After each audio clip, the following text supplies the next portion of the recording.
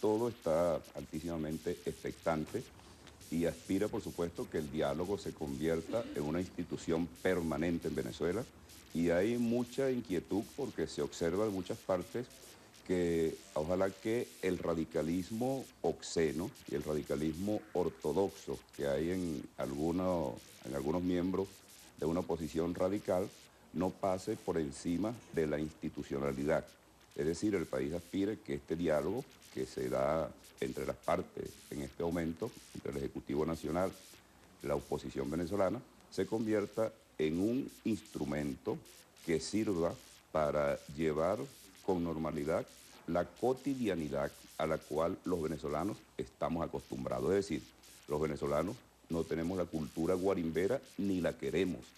Los venezolanos tenemos que erradicar de nuestro diccionario temas como, por ejemplo, sicariato, temas como terrorismo, temas como la violencia y temas como la muerte, porque eso es ajeno a nuestra cultura. Los venezolanos somos un pueblo nutrido de unos procedimientos, pero que vienen desde los siglos de los siglos, formados y fortalecidos por la paz, pero la paz que no solamente se predica, sino que se practica. Entonces, en este momento, nuestro pueblo aspira a eso, que los grupos radicales que molestan la vida cotidiana, que atropellan la vida cotidiana, que atropellan al venezolano común, que no utilizan los métodos de protesta democrática y protesta normal, sino que utilizan unos elementos extraños que llevan a la muerte. Esos grupos, en términos definitivos, se pongan y se coloquen contra la espada y la pared y hagan buen uso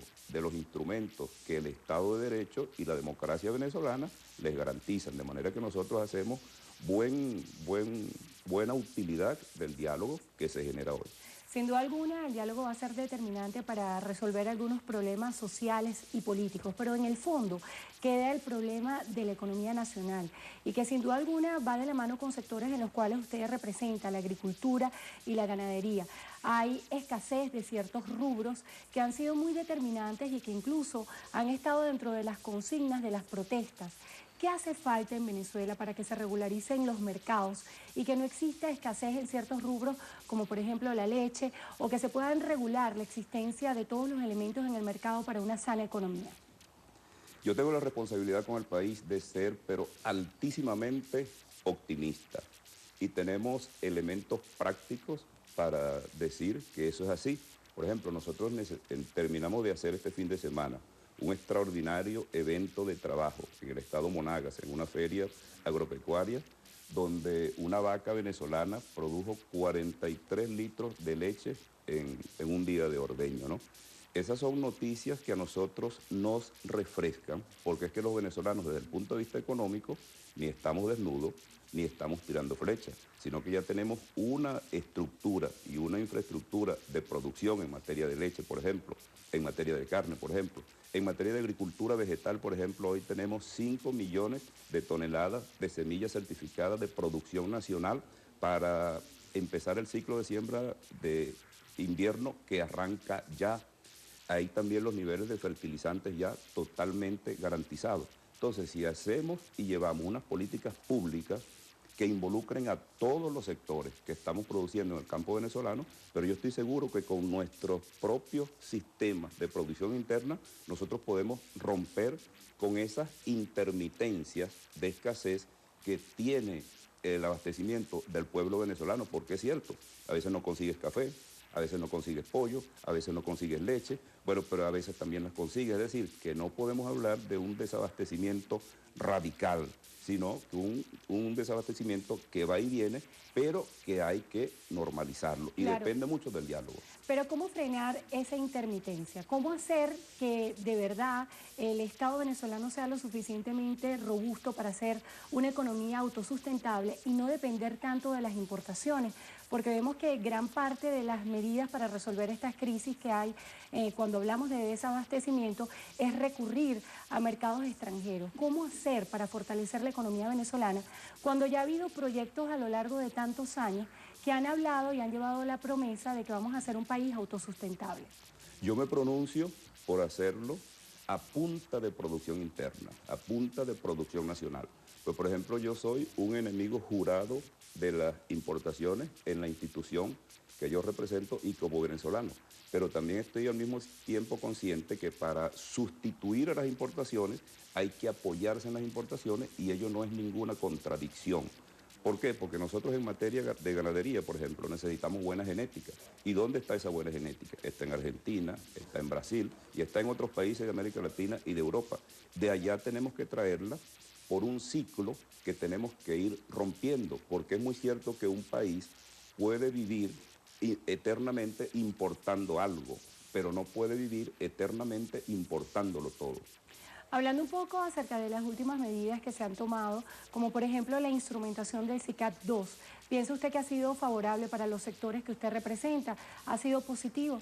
Absolutamente, porque lleva un mensaje de eficiencia y eficacia en el manejo de lo que se llama la macroeconomía, que va dando sus resultados. Y así nosotros, por ejemplo, que somos altamente dependientes de maquinaria agrícola, por ejemplo, de tractores, por ejemplo, que dependen en una gran medida de las divisas, y a tiempo ya el sector ve con simpatía la apertura de estos procedimientos que tienen que llevar definitivamente al saneamiento de la economía nacional y a la derrota también de la inflación, que solamente puede hacerse a punta de producción y a punta de aumento de la productividad interna. Cuando hablamos un poco de la escasez de los productos y pensamos en los estados fronterizos, siempre se ha dado como respuesta que el contrabando ha sido determinante.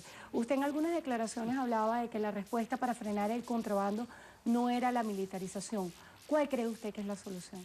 Claro, porque el asunto del contrabando, que en algunas zonas del país lamentablemente se ha convertido en una cultura que no viene de este gobierno, sino que viene desde muy lejos, no se puede combatir con una respuesta de orden estrictamente militar ni estrictamente policial, sino que tiene que involucrarse fuertemente la sociedad, los sectores que producen, para que nosotros tengamos un abastecimiento pleno, para que tengamos un sistema de precios de mercadeo y de comercialización moderno, actual, al día y actualizado, y en donde los venezolanos de ninguna parte del país tengan necesidad de ir a Colombia a cazar, por ejemplo, unos mejores precios, sino que todo eso, lo que es precio, abastecimiento, comercialización, lo tengamos internamente. Es decir, tiene que darse una combinación de todos esos factores, lo militar, lo policial, pero también lo productivo.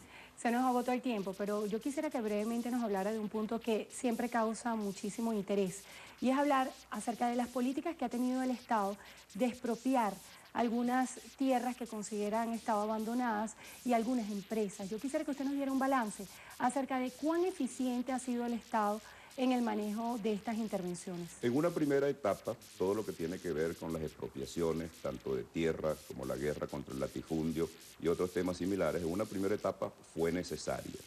En este momento que hemos alcanzado ya este nivel de 15 años de gobierno, hay que evaluarlas con frialdad y analizar su conveniencia o su inconveniencia. ¿Para usted son convenientes las expropiaciones o no? Son convenientes por donde veníamos, que éramos un país que teníamos una cultura agrolatifundista, y esa cultura agrolatifundista tenemos en términos definitivos que enterrarla en el país.